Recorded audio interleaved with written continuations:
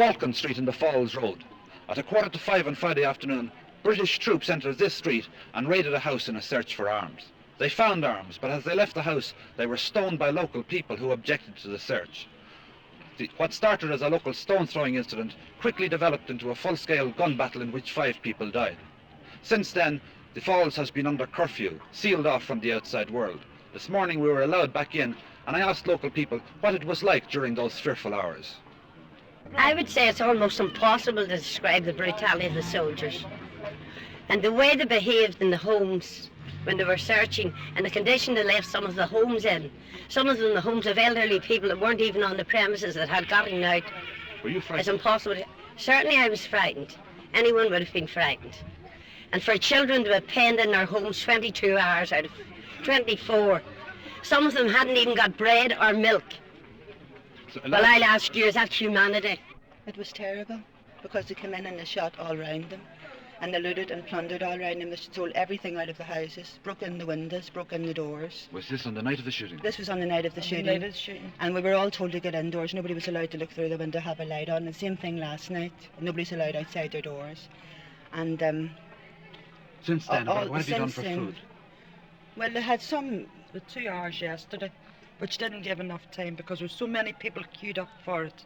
And people with young babies, there wasn't enough milk supplies for them. And before that, when we were down in the shop staying on that night to help a girl, because she was on her own and she was afraid of the soldiers. And they came in all morning long, rapping the door for cigarettes, biscuits and everything else the whole night long. And there would have been nothing left. But the commanding officer, he told them that they weren't allowed any more after about 4 hours of them buying up all the stuff that people would have been needing. The soldiers is carrying on very badly. But what was it like here on Friday? It was like hell opening for sinners. It was shocking. It was worse than the Battle of Mowens. It's a carry on, and the soldiers is carrying on very badly on the people. What complaints have you got against the soldiers? Well, they're coming in and they wouldn't let us light the lights, and we had to put out that and they got onto the yard walls. They're going into the houses and wrecking the houses and all. And if you seen that man's house, you could cry your eyes out looking at it. And they carry on them whenever they come in, it's ridiculous. There's some I do not lad. They stole people's pays. The wee girl over there lost £6 out of her purse, which is after earning all week. And they went in and stole another one's £8. And a pound of my granddaughter, which I had for the man for the television, I lifted it. Well, if you have anything valuable, they're stealing it. Have you complained to the British Army officers about this? Yes, that woman down there complained about the officer, but he didn't seem to take much notice of it. What was it like living under the curfew here? It was terrible. They're on the yard walls keeping you going. The soldiers is on the yard walls. When they're coming into your house, they're pulling out the electric. Sorry, I can't. Want to hear the language of it, feeding bees and that's it's a bloody disgrace. Seeing them out the trail there, young fellas out, they want to go up the Shankill and get the UVF out, never mind. Ours. Were you short of food or anything like that? No, you can't be. They kept us in from 9 o'clock till last night 5 o'clock, and my child hadn't a battle on it and they wouldn't let me out from up. They were standing in there and they couldn't even get out to get us around there and asking for it. Now they can't get in to get it measured for a cough. Disgrace. There's a man dead down there and they can't get him lifted. And the language is not. Was he one of the men who was shot? No, he died. Like he just died when the riot started. And they can't get in to get a coffin or anything for him. I was talking to his daughter this morning and she doesn't know how he's going to be buried. I was down at the corner of Marshton Street about 12:20 on Friday night or Sunday morning. Couldn't get home to my own home, but was only around the corner at Murdoch Street. Seen a man getting shot down, shot through the head by the Scotch troops at the corner of Clontree Road. And the ambulance was about 20 minutes coming, and I had trouble getting out with the man. I think the man has since died. And I couldn't get around to my own home. I was afraid of getting shot myself. Do you want peace here now? Well, it doesn't look like we're going to have peace, is it? What about the Shankill Road? They've got thousands of guns up there. Sandy Road. Going to chapel this morning, we were searched, 4 guards. And they weren't even going to let us out to go to chapel this morning. And 10 o'clock it wasn't, they wouldn't even let us go to chapel and made us stand there to get us searched. Do you want peace here now? Well, like we all want peace, don't we? We all want to get living, mister. My mother walked the length from Turf Lodge, right down from Turf Lodge down to Ward Street. And my mother came to the corner of Ward Street last night and asked him if the curfew was lifted at the time. It was at 5 o'clock, and I asked my mum, we pleaded with them to let her in, and they said no. And my mum was anything but a well woman. But they turned my mother away and made her walk the whole road back to Turf Lodge all over again. And she's not well at all, so would you tell me what there is? Friday night at 5:45, my wife took bad. It's probably pit with tear gas. She was taken to Royal Victoria Hospital very ill, along with, she was expecting a baby. Baby was born at 2:45 the next morning. Baby still very ill, along with the wife. I was taken at gunpoint from my house. You asked to see your wife? Yes, I was taken at gunpoint over to Royal Victoria Hospital. Taken into Royal Victoria Hospital to see my wife, and they were standing there with the guns on me at the corner. At the very bed where my wife was lying, and they had their guns on me. They marched me like a trooper down the street again. They got me to the bottom of the street and stood me up against the wall and searched me. Made me lie on my face. Then they took me round to the house. When I'm round to the house again, they wrecked my home. Were you here when they searched your house? I had just come round to the house again, they were just away. They wrecked my home.